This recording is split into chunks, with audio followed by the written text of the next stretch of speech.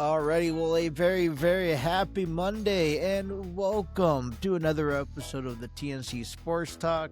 My name is Justin. Today is February 2nd of 2026. I want to welcome everyone in here.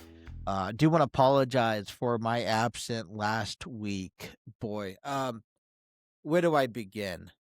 I knew that we're supposed to get hit with the snowstorm. That was the original plan.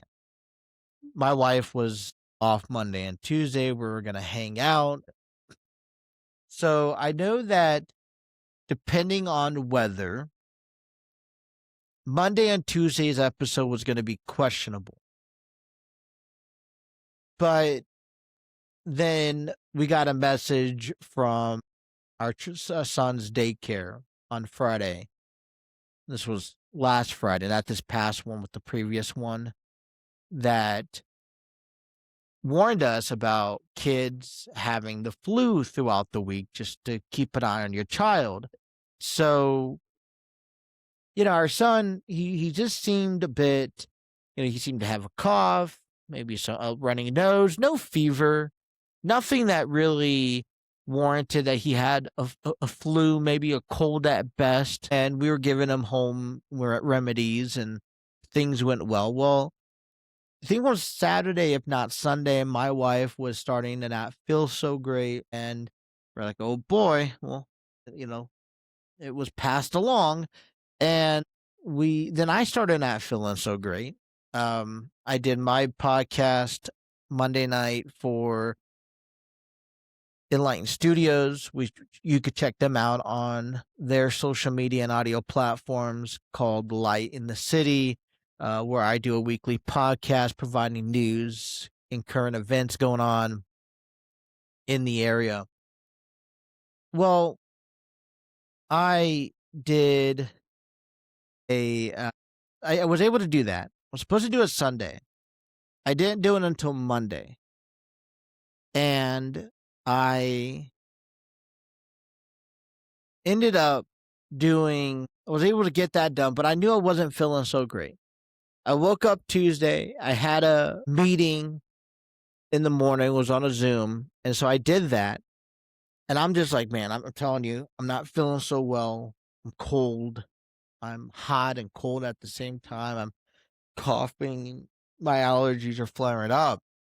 At least that's what I thought it was.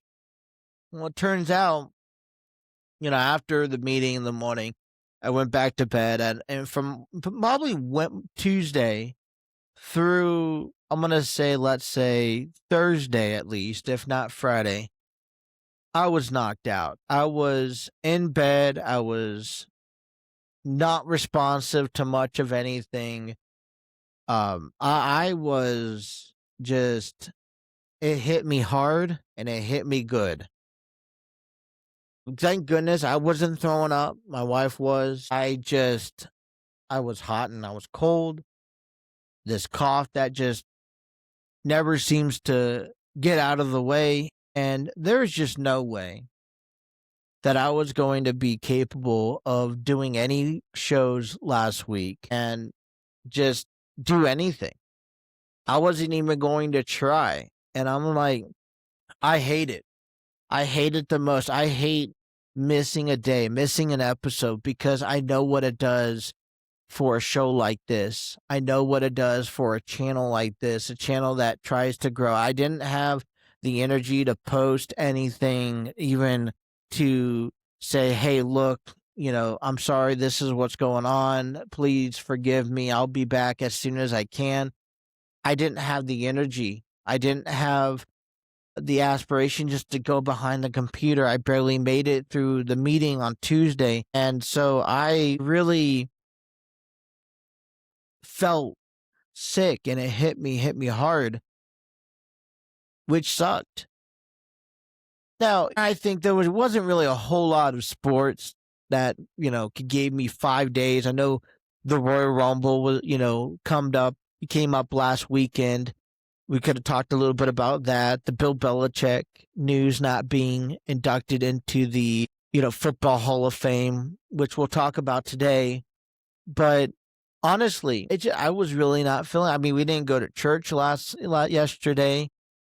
I feel like we're about 90% over it. The wife's back at work, which I commend her because you know, I think she got the worst of it, and she has been back to work since Friday. And it really just, I couldn't, it was very unproductive. It was very draining, very exhausting. I felt very useless, and I struggled a lot to get through this past week. And so if you guys were looking for an episode from me and you guys are upset, I understand. I apologize. But it was the flu. The flu came in, took control over the household, got everybody sick. And, you could probably still see it, hear it in my voice today. On this episode, it's probably going to be in my voice for the next couple episodes. I still have this cough. I feel more energetic. We're disinfecting the house. We're, taking our cold and cough remedies. We're doing what we think we need to do to kind of get past this. But man, this past week, it was, I want to say it was good timing. It's never good timing, but I felt upset because my wife has these 2 days off every period, which is or quarter of the calendar year, which is every 3 to 4 months. She'll get 2 paid days off, and she took those personal days off last Monday and Tuesday. We were supposed to go out, walk the malls, grab something to eat. We kind of saved up for it, and we had to actually postpone that because of the sickness, and we really just couldn't get out and do anything. We actually been cooped up in the house other than going to and from daycare. We sent our son to daycare, and if you question that, it's more so of the reason, well, if we're up sick in the house, how are we going to get our rest with a 2-year-old under our feet 24/7? And trust me, he is up on us. He's in our face. He's getting, he wants that attention. Also, why keep him sick? We come home, keep him out, keep him going, keep his immune system building. And from there, if he then, we could come home, disinfect the house, clean it up for when he comes home. He doesn't need to be around that all the time. And so, we felt it was in our best decision to continue to bring him to daycare. And so that's what we did. We put him out there on daycare, and everything worked well. Like I said, we're about 90%. If you hear it in my voice, if you hear me cough, I know I got one coming up here in a little bit, but there you go. Just know that a lot of this is thanks to the flu that this house is getting over with. But we should be back. There should be no more interferences.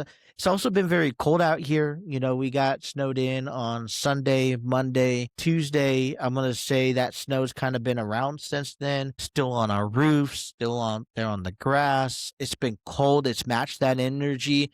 Groundhog predicted another 6 more weeks of winter, which when you just got done with a snowstorm like this one,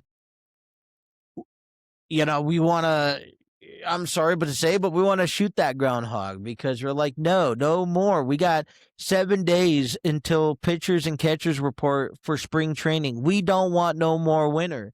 That's one thing I hate. I'm jealous. Let me jump on that bus or on that plane for the Reds and go out to Goodyear, Arizona, because we are not, I'm done with the winter.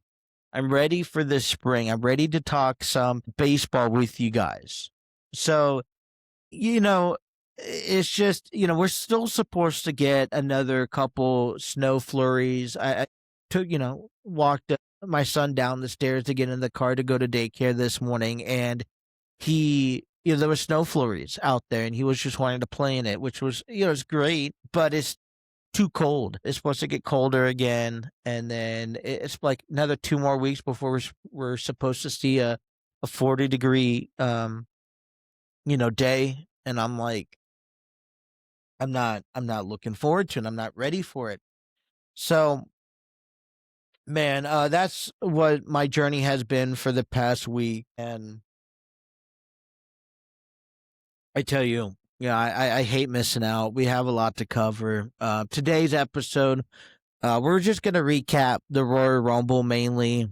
If there's anything looking forward to tonight on Raw, we will talk about that. But there is one thing I found interesting on the at the Royal Rumble. And we are officially the road to WrestleMania. April 18th, 19th, I believe. We are on the road. And one thing that I find interesting is all those dream matches that come from the Royal Rumble matches. There was a moment where Brock Lesnar and Obafemi just came face to face 2 to 3 times in the men's Royal Rumble. And, the fans were getting behind it. I was getting behind it. I was ready for them to brawl. Brock Lesnar is the only one who got one suplex out of it. And then they go their separate ways. I, for one, would love to. That would, for me, be a dream match between now and whenever Brock Lesnar retires. I don't think necessarily it should be Brock Lesnar's retirement match. That's, maybe getting out of hand to talk about that. But it's a dream match that can elevate.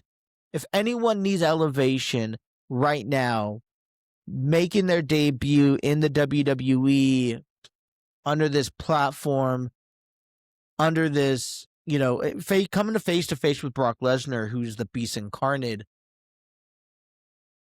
Obafemi could use it more than Gunther, to be honest. So there are matches based off of what we saw at the Royal Rumble that I get excited about. And I'm starting to see WrestleMania match card predictions and all that stuff. So we'll talk about that. I want to talk about the coaching status, head coach positions for the AFC North, as they've all been filled in officially this past weekend. I do want to start off with the news that broke yesterday.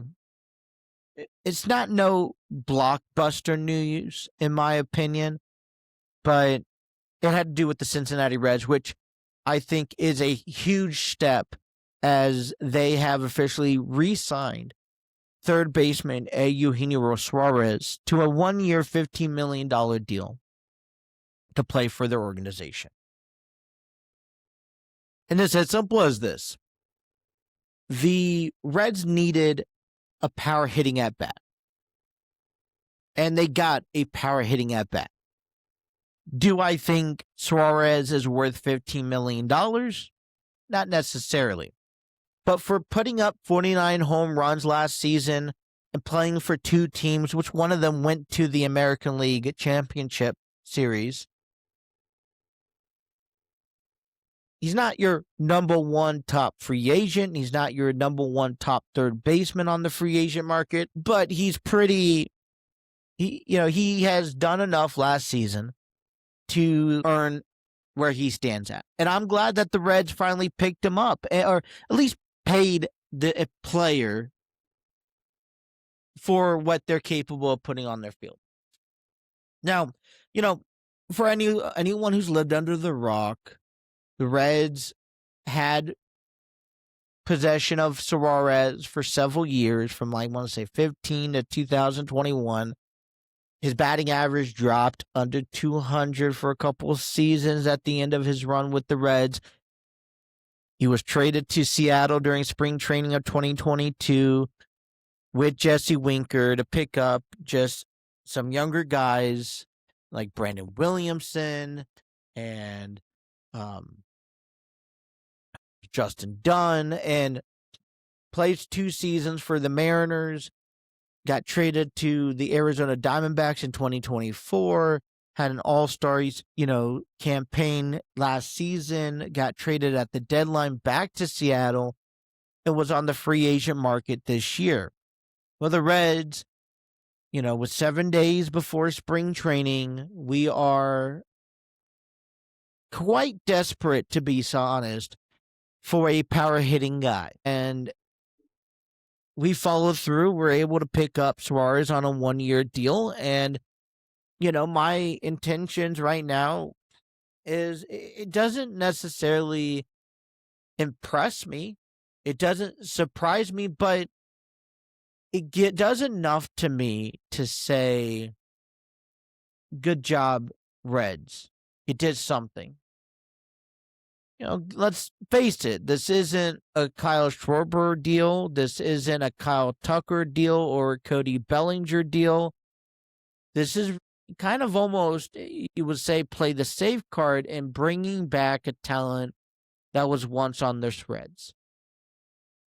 And we just got to remind ourselves, and I hope you are reminded by this, but with what has occurred back in our last time. Like, I always remember back in 2021 and 2020, we were calling for the heads of, let's get rid of Suarez. He's not performing. Despite 30 home runs, his batting average was 192. And we were glad to get rid of him. I was glad to get rid of him. He wasn't productive. He was making countless of errors on the field. But he's kind of been able to sustain himself as about a 230 batting average player over the last couple years with these two ball clubs. I put an article out there on on Facebook you guys could read. But and I expect him to come in. We're already filled up at the third base spot. I got Key Brian Hayes over there. I currently put in Spencer Steer at first, although I know Sal Stewart is going to step up to the position. Could Suarez see any time at first or third? Possibly. But he's primarily going to be our designated hitter. He's 35 years old. Last season, he tied his 2019 record for the most home runs in a single season with 49. And between 2017 2019, which is arguably his best times here as a Reds, he was batting 271. 2020 and 2021, he averaged about 200 batting average. He only hit 46 home runs. There is that risk that we are taking. And the question lurks is the concern. A second chance is given to Suarez to come back, play for the Reds in a different role that allows him to solely focus on hitting and his at-bat. And is he going to be the same player that he was last year, which made the All-Star 2 years ago with the Diamondbacks, and years prior with the Mariners, or is he going to go back to his 2021 days? And a lot can be said. It was during the pandemic. We just got over this half a season and where we didn't really play in front of a crowd. I don't have a lot of room of patience for someone like Suarez. It's a 1-year deal. I need you there 162 games. I need you hitting 30, 40 home runs. I need you to be batting at least 260 or better. Fair to say. You are going to be placed in as a number 4, maybe number 5 slot. You need to be able to drive in runs. And that's what we need from you. I don't need you defensively. We got enough defensive players for that. If I ask you to play first every once in a while, that's negotiable. But we needed a power hitting guy. Everyone else was taken. There's really no one else out there on the market that we could really turn to. And therefore, we used you. Now, I don't think you're our number one option. We didn't pick you back up in November. We're 7 days before spring training and before pitchers and catchers reporting. So, but what I am going to say is that you are good enough to get a second chance. So take the opportunity. I'm glad that he's back on this team. I'm optimistic to see how he contributes to this team. And he could be a refining player who makes an impact and can lead this team or be one of the leaders of this team to another postseason run. I feel like it takes a little bit off of Ellie De La Cruz and Spencer Steer. He knows his role. It's quite clear. And apparently he had a similar contract being offered. As a matter of fact, the Pirates were willing to offer him more, at least according to reports, whether that's true or not. And he still chose to play at Great American Ballpark 82 games of the season. So how do you guys feel about Suarez's return to the Cincinnati Reds? Do you guys like it? Do you guys dislike it? Let me know down in the comments below. All right, last week we learned that AFC North has finally sealed in and locked in their head coaching positions. And now early on, it's going to be all these questions that in order to put these teams together for this season, now we have to attack. Now, Cincinnati Reds, we're sitting here on the back burner. We have Zach Taylor, and we're really not doing a whole lot on a coaching perspective to help improve from I call a devastating year last season. Still can't quite wrap my head around that Mike Brown and the Bengals organization is just okay, knowing clearly that our success runs off of what Joe Burrow is on and off the field. And even when he is on the field, that doesn't guarantee us a win. Now, we know a lot of things that we need to work on. We don't really have safeties, don't have much of corners. We don't have a couple of linemen that we need. You got to work cut out, and now it's time to get to business, right? Super Bowl's here. It's going to be over with in about a week. And come next Monday, February 9th, I believe, it's time to start answering a lot of these questions about what we're planning on doing. And now all these other three teams have those same conversations. The Cleveland Browns picked up Todd Monken. Baltimore Ravens signed the Chargers offensive coordinator, Jesse Minter. And Mike McCarthy is going over to the Pittsburgh Steelers as their head coach. How do you guys feel for any team that, for any fans that support a team in the AFC North? How do you feel about these new head coaches? Just a season ago, it was Kevin Stefanski, it was John Harbaugh, it was Mike Tomlin, and it was Zach Taylor. There's only one guy returning into this division next year, and that's Zach Taylor. Jesse Minter he's going to get his opportunity, right? He has players. He has Lamar Jackson. He has Derrick Henry. I think he has enough to where he can work with it and build during this offseason, hopefully. What about the Cleveland Browns' Todd Monken? Well, I feel like this is just another head coach that is to buy time. And if you make someone out of it, you make someone out of it along the way. I think the Cleveland Browns move forward with Shedeur Sanders. I think that's the only clear option they should move forward with. I think they should build off of it. I think that they should put all their chips into one pile and invest on Shedeur Sanders as their future quarterback and give his proper dues over the next year or two before going into any drafting of another quarterback. And Pittsburgh Steelers, I heard this being said the other day, and I have to agree, this is almost a sideways trip.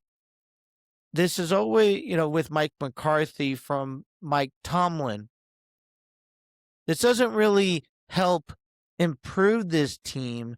This doesn't really take any steps back. This is a neutral agreement that keeps the Steelers where they are. Now, their movement's going to be what happens in the outcome of Mike McCarthy being the head coach.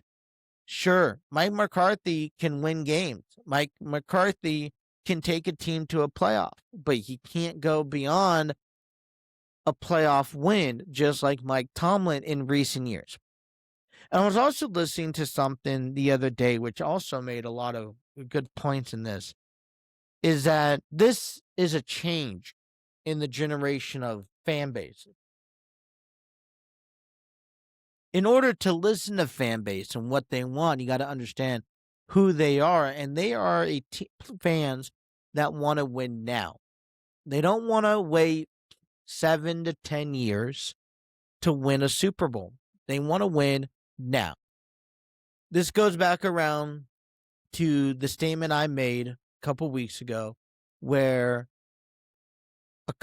head coaches to a new team has about a 3 to 5 year window to win a Super Bowl or to be successful.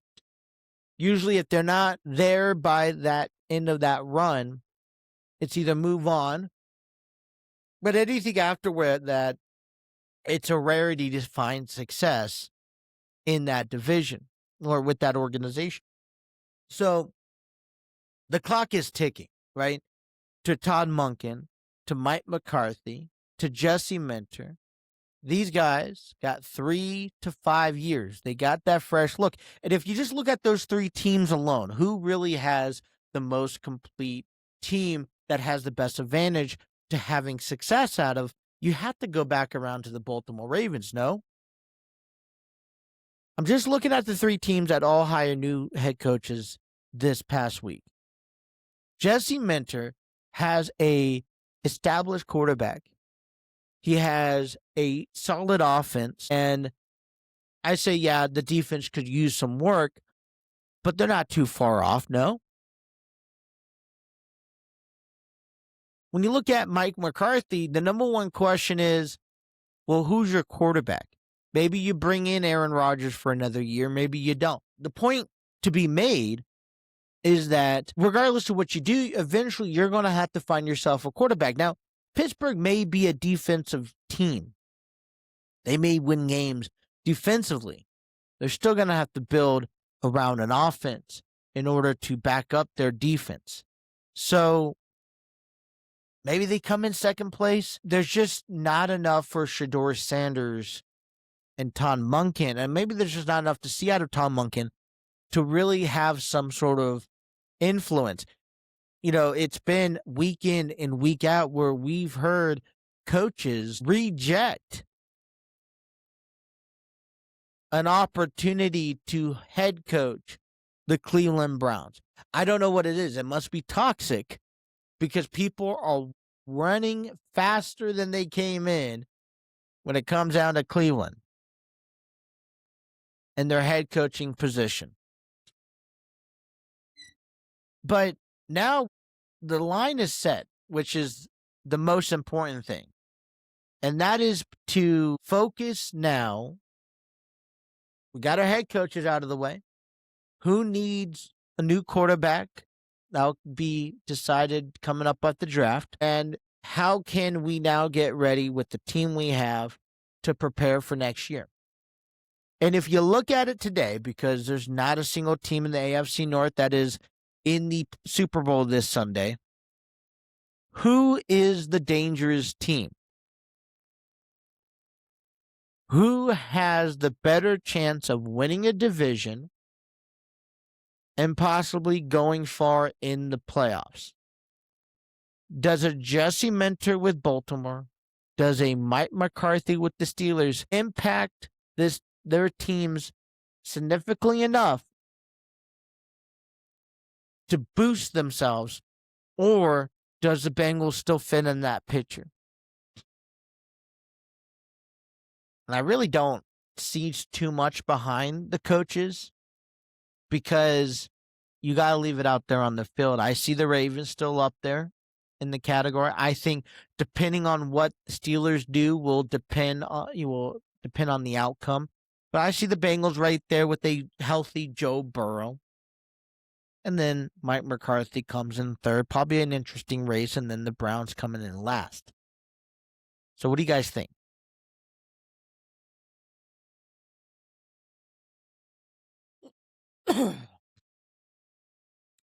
Alrighty. So I want to talk a little bit about Enlighten Studios. We're finally in the month of February, and they have a couple events coming up here. Starting off on February 13th, Paint and Pastries, hosted by Nikhil Chappell. It's a fun, laid-back, innovative experience where you get to paint and learn from local artists while enjoying some tasty treats. It'll be displayed February 13th on a Valentine's Day edition at the Archfield Theater in Cincinnati, Ohio, from 6 p.m. to 8 p.m. You can get your tickets today by heading over to tickettailor.com. Also, upcoming here at the end of February, Enlighten Studios will be putting on a theater production called Grassroots, written and directed by Terry Chappell II. Grassroots will be going on at the Archfield Theater in Cincinnati, Ohio, from February 27th to March 8th. With 8 performances. You can get your tickets today by heading over to tickettailor.com for more information.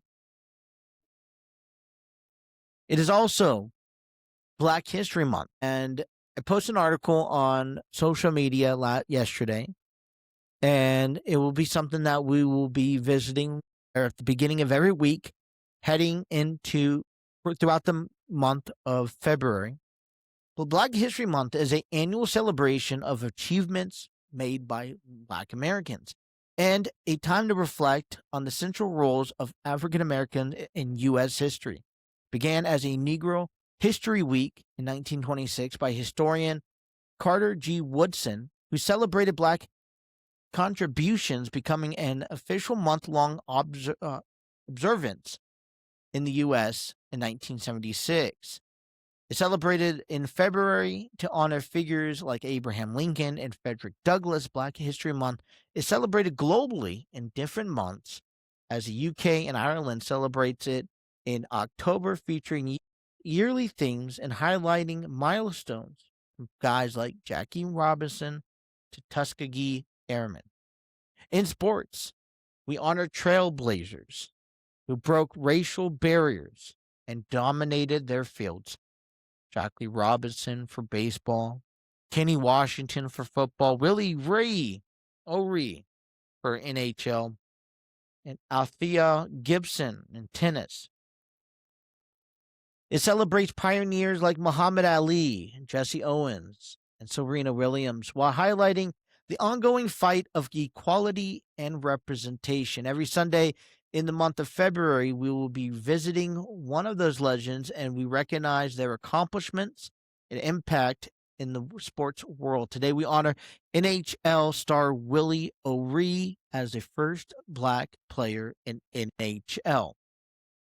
Willie O'Ree debuted with the Boston Bruins on January 18th, 1958, breaking the league's color barrier in the games against the Montreal Canadiens. In his 45-game hockey career, Willie scored only 4 goals while assisting with 10 despite being blinded in one eye. Beyond the ice, Willie sold cars, managed fast food restaurants, and worked security at a hotel. He's being called the Jackie Robinson of hockey, became the NHL Diversity Ambassador in 1994, and was inducted into the Hockey Hall of Fame in 2018. The NHL created the Willie O'Ree Community Hero Award in his honor. It's pioneers like Willie O'Ree that have paved ways for the evolution of the game. This is only one of many athletes who have stepped into the position, took on racism and discrimination to change the sport they love the most. Next Sunday, we'll visit another athlete who etched their mark in history and broke their barrier of their own. Tune in to find out. Alrighty. Going to be a good day. Get all these notifications.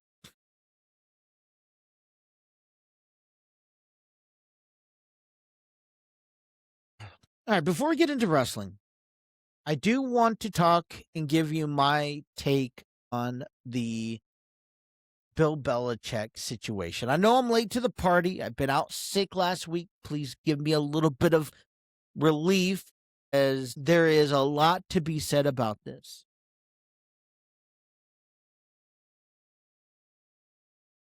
I will say this because it's not, I'm going to give you a different perspective, because it isn't just in football that we see an issue like this take place. There is no doubt that Bill Belichick's accomplished, regardless of accusations or his accusements of whether you like him or hate him, Bill Belichick is one, if not the greatest coach of all time. There is no one top tiering his accomplishments, and if you can't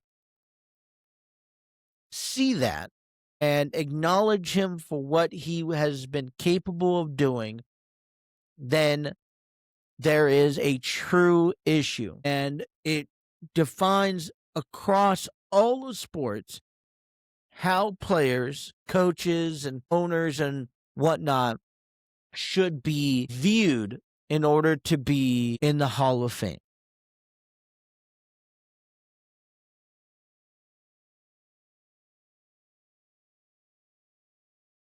I heard this a lot. People are angry. People are flipping this upside down. People say boycott the NFL Hall of Fame, never watch it again. It means nothing.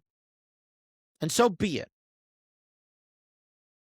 I agree. Hall of Fame is a place where you go to honor the greatest of all time, past, present, and future, and the development of the sport, and as it's grown over the decades and century. No doubt that Bill Belichick deserves to be in the Hall of Fame and should be number one.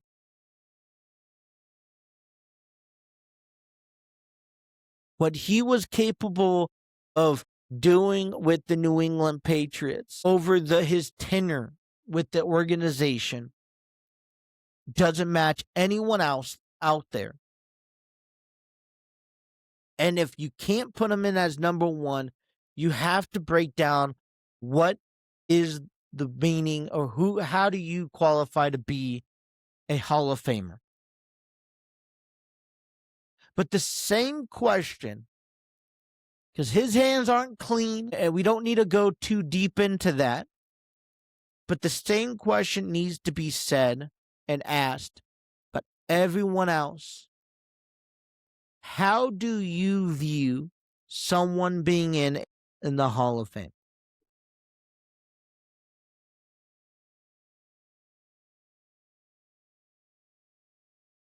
I think there needs to be a standard for every sport. Football, baseball, even the WWE needs to have a standard and a system that puts people in the Hall of Fame based off of their accomplishments on the field or in action and not off the ring. This is what upsets me. I understand completely Chris Benoit, what he did at home and the choices that he made, that his family did not have the choice to live and die that day, but he had the choice. I understand all that. I'm not arguing about that. What I'm arguing is that what he did in the ring was legendary, was monumental, was a Hall of Fame class. And that right there alone should be what we view and value him on, is what he did inside the ring. And that's my argument for why he should be in the Hall of Fame. Pete Rose, who has been punished and then some, has been this image representing baseball entirely of what not to do. And hey, this is how serious we are. He should be in the Hall of Fame. Get it? Gambling, big no-no, slap on the face. You look at it today, and people are endorsed, players, athletes are endorsements for Hall of Fames.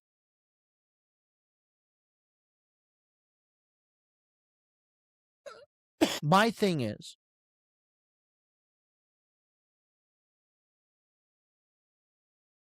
Pete Rose played to win. I'm not saying that gambling was okay. I'm not saying that he should not be reprimanded for gambling. The reason why he's not in the Hall of Fame is for gambling. How did that reflect him on the game? How did he play? He's led the league in several categories.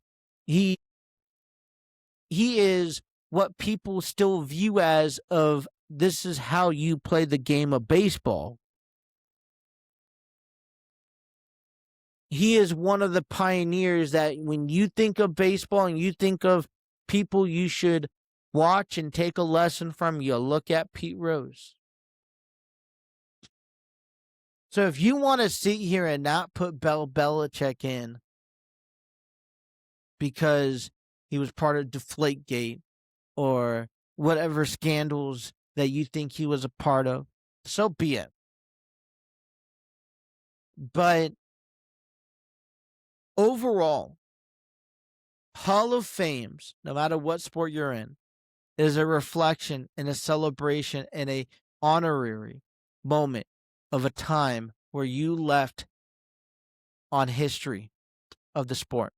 And it should be viewed that way no matter what you've done outside the sport or resemblance from it. Sure, maybe put an asterisk by it so we remember what he did do that helped him get there, but never, it shouldn't be for the reason why he is not a first-round ballot Hall of Fame. I just think in every sport, every Hall of Fame needs to have a clear identity of how people are voted in and based off of what factors they are voted in from. That's it. Nothing else. It got a lot of people upset. I'm a little upset, and it's not going to go away anytime soon. And sure, I may not watch the Hall of Fame. I didn't really watch it last year and the year prior. I've never watched the NFL Hall of Fame. Don't even watch the Baseball Hall of Fame. I do honor the people who are being inducted because they have done something significant enough that their peers believe they deserve to be recognized. Sure, but I just trying to understand behind the scenes of what it takes and how you should persuade someone to be inducted into the Hall of Fame is a whole nother category. The Royal Rumble was back on Saturday. Was in Saudi Arabia. And we had our first taste of what WrestleMania next year is going to look like. What was your first impressions from the Royal Rumble?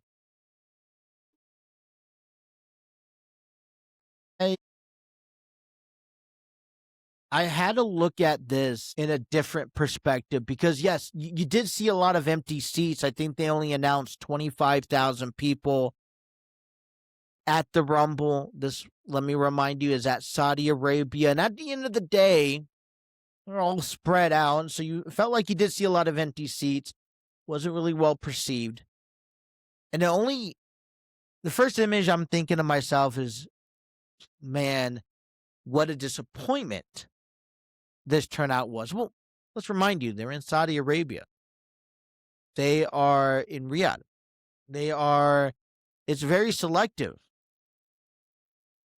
And those who did attend showed up and partaked and cheered and booed and everything in between. And at the end of the day, what Saudi Arabia pays for the WWE to host a Royal Rumble in their country, is probably almost as if not similar to what a sellout crowd here with merchandise and all that stuff would end up paying at all.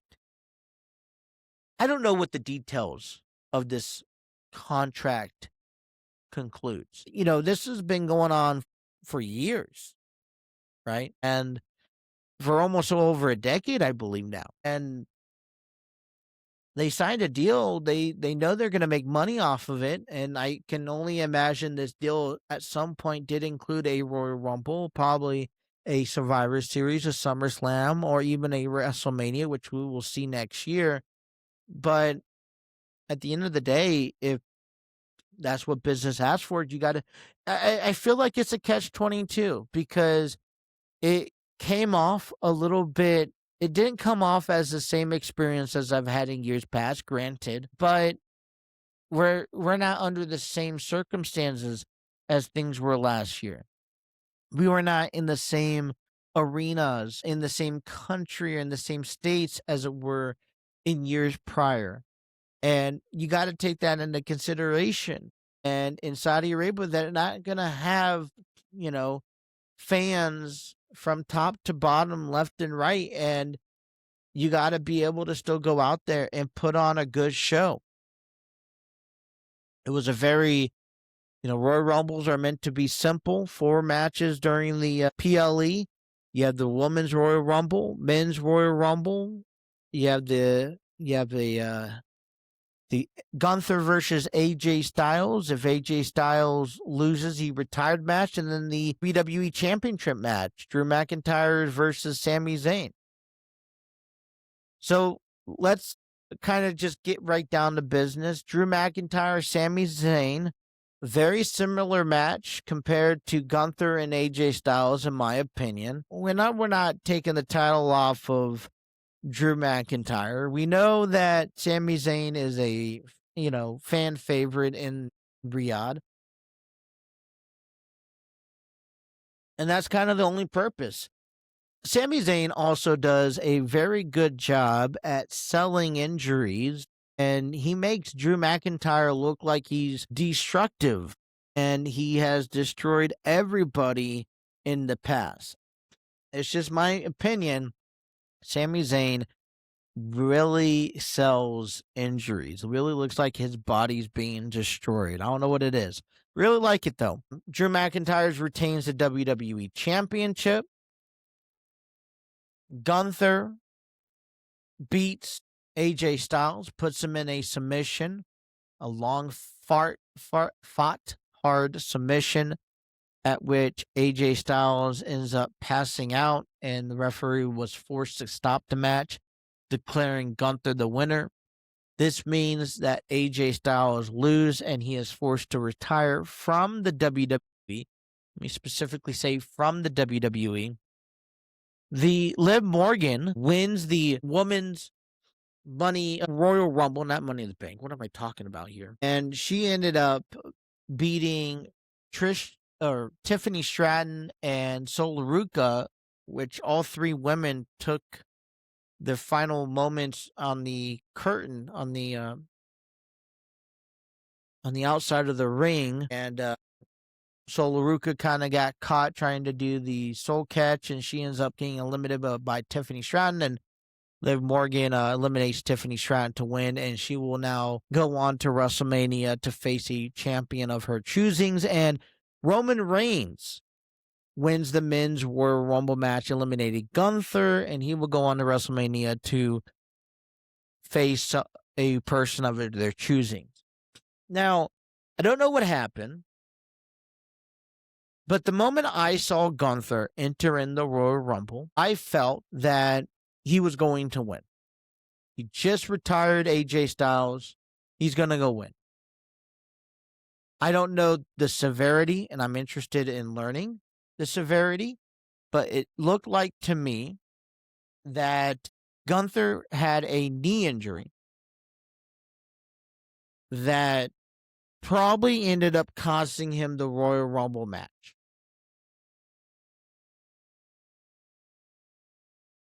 He was kind of favoriting his knee for quite some time during the match, and that was noticeable. And I just can't help but figure if that had anything to do with the outcome. AJ Styles lost. We know that AJ Styles is planning on retiring at some point this year from wrestling. This is where, there was a lot of connections to the Royal Rumble. This is where he debuted, I want to say it was a decade ago at the Royal Rumble.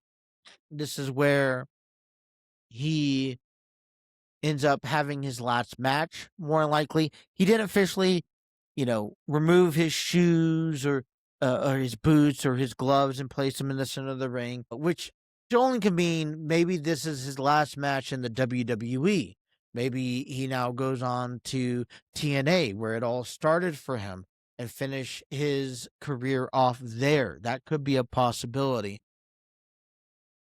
As of right now, he's retired from the WWE, and they're making that apparent, very clear. He's retired from the WWE. But no, I mean, look, so something I said at the beginning of this program, were some great one-on-ones that we saw that we could see leading into storylines for WrestleMania. I know that there's something out, a report out there. I saw some people predicting matches, and they're seeing, they're watching Brock Lesnar versus Gunther.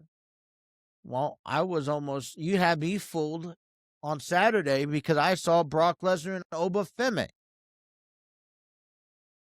So what matches did you see come from the Royal Rumble matches? And now here's the big question. Who is Liv and Roman Reigns going to challenge? Now, Roman has some unfinished business with CM Punk. I can very clearly see CM Punk be his challenger. But what about Liv Morgan? Does she go after Jade Cargill? Does she go after Stephanie Vaquer? Which one makes more sense? And does this lead to a championship win at WrestleMania?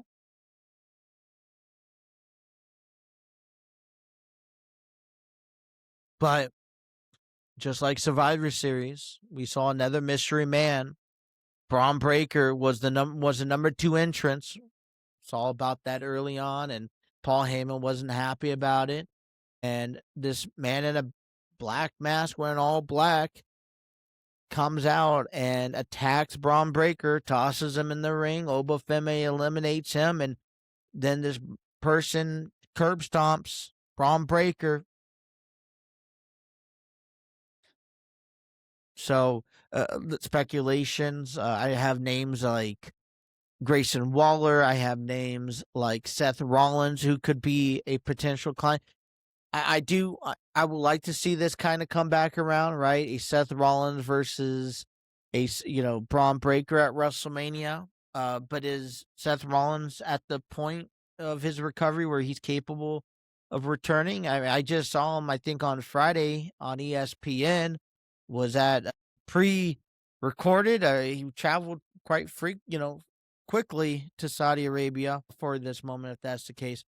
So what is your guys' opinions? Here's my last question. I'll leave you guys on here today as we head into Raw later on tonight on Netflix. What is How quickly should these people, or should Liv Morgan and Roman Reigns, reveal who they are going to face at WrestleMania? Does it need to be tonight? Does it need to be this week on Raw or SmackDown? Or can we wait 3-4 weeks? We got Elimination Chamber coming up at the end of the month. I would like to see the Elimination Chamber and see who wins there. Last time I saw that, and usually that was kind of a tradition. You didn't have to select your opponent until after you discovered who won. Roman Reigns is that type of person who does things on his time. And in this situation, it's not on his time. So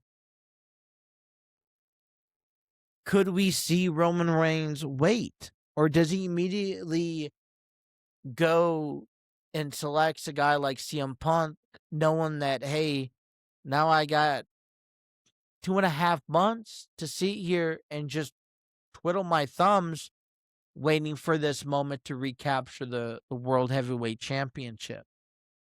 So, what is your preference on that? Do you want to see them select tonight, or do you prefer them kind of teasing us and have them wait a little bit longer for their selection?